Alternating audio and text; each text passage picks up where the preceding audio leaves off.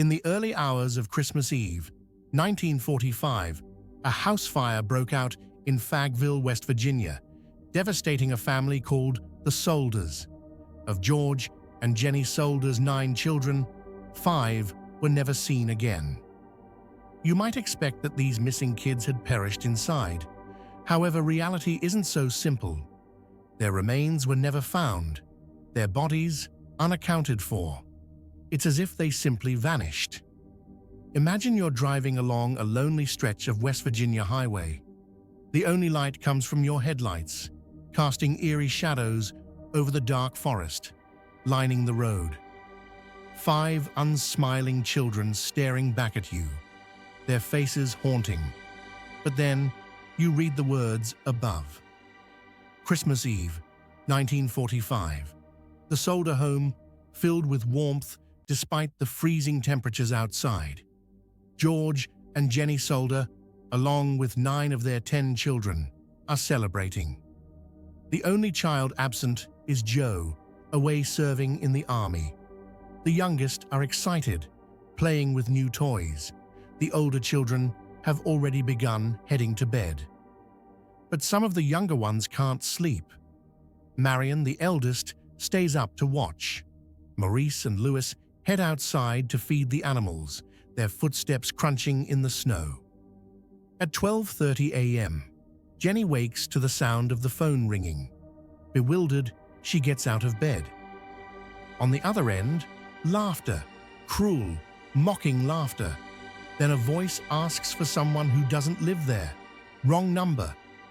But as Jenny surveys the house, she notices strange things. The lights are on. The curtains are wide open. The front door is unlocked.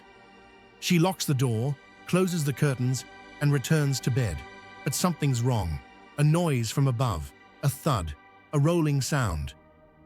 In an instant, the air is thick with smoke. Jenny wakes to the acrid smell. It's fire. Panic ensues. George and Sylvia in her arms. They race through the house, but it's already engulfed in flames. They can't reach the second floor. The heat is too intense, the smoke too thick. 7 children are trapped upstairs.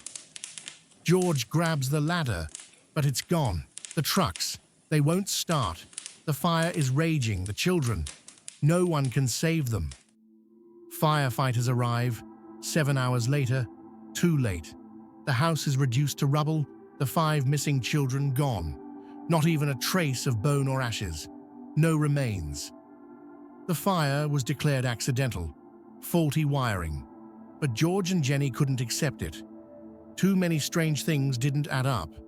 The phone line cut, the ladder gone, the trucks that wouldn't start.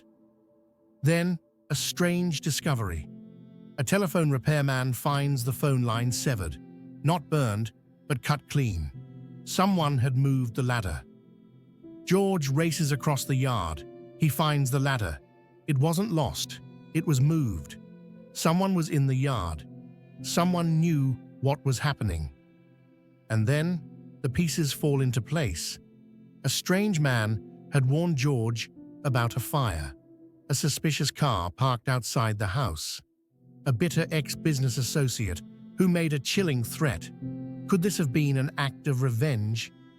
Shocking evidence begins to surface. Firebombs, a mysterious grenade found in the yard, reports of the children seen alive after the fire. Could they still be out there? All these questions, without answers. What really happened to the Sodder children? Were they murdered, kidnapped, or did they vanish into the unknown? The Sodders are left with only one truth. The unknown is the most terrifying of all. The Sodder children still stare down from that billboard, asking every passerby, "What was our fate?"